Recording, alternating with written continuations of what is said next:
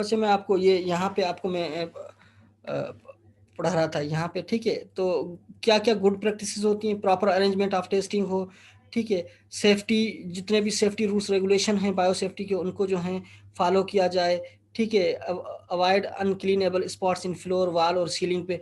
कुछ हम लिख लेते हैं, हम वो जो है ना हमारे स्टूडेंट्स, यार हमारी खुद की इतनी आदत होती है, हम जो है वो वॉल्स पे कुछ लिखना शुरू कर देते हैं, या किसी का सेल नंबर अपना लिखना शुरू कर देते हैं, या कोई याद यानी कि मेमोरेबल बनाने के लिए कोई शेर व शायरी कर देते, तो इस चीज़ों से अवॉइड किया जाता है, ठीक है। तो establish proper area for storage, के लिए प्रॉपर एरिया जो है वो बनाया जाए, ठीक है।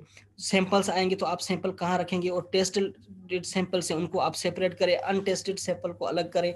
तो इस तरीके के जो है ना फॉलो किया जाता है।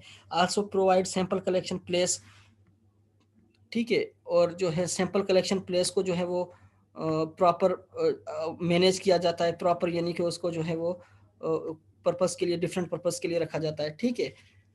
और इसके अलावा जो है sample collection place as well as packing and disposal of tested sample, ठीक है। जो आपके सैंपल हैं उनको आप अलग से प्लेस करके पैक करके रखते हैं, और जो टेस्ट हो चुके हैं उनको डिस्पोज करते हैं, ठीक है। अच्छा, डू दिस फॉर जीएलएफ, और क्या करना चाहिए, keep the things as at its location after use. जो भी आप काम करें, जो भी चीज़ें यूज़ करें, उनको वापस उसी जगह पे रखें, प्लेस करें। ऐसा नहीं है कि डिस्पर्स कर दें, टेबल पे रख के चले जाएं। Store heavy things at bottom and if possible on trolleys, ठीक है। जो हैवी चीज़ें होती हैं उनको तो यहाँ बॉटम, यानी कि नीचे अर्थ पे रखें, ज़मीन पे रखें, ठीक है, नीचे की तरफ रखें, या ट्रॉलीज वगैरह यूज़ करें, उस पर जो है रखें। Give name of location to everything. अगर आप सैंपल हैं तो उसमें लोकेशन का भी नाम दे, हर चीज़ का नाम दे, उसको अप्रोप्राइट जो है उसको टैग करें, ठीक है। Prepare location and list, location list and displayed.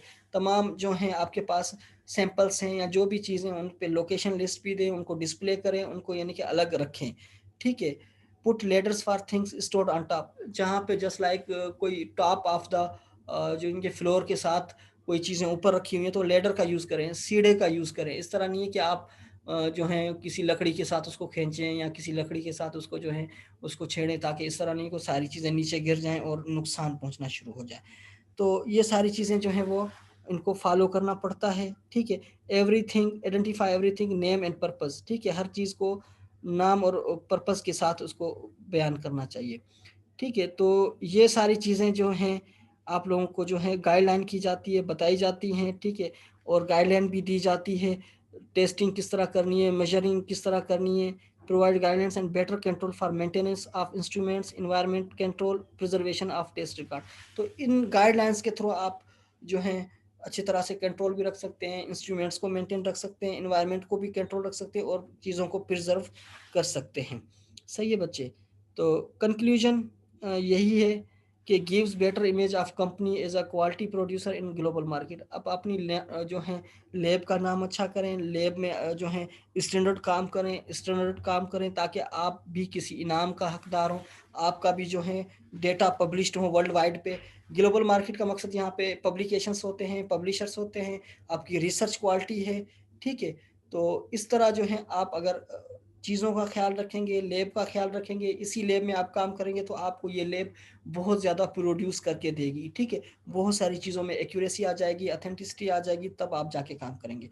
Finally, GLP provide guideline and better control for maintenance of instruments, environment control, preservation of test records, ठीक है। तो ये चीज़ें जो हैं जीएलपी प्रोवाइड करती है, इनके गुड लैब जो हैं प्रैक्टिसेस। आ गई बात समझ में, ठीक है बच्चे।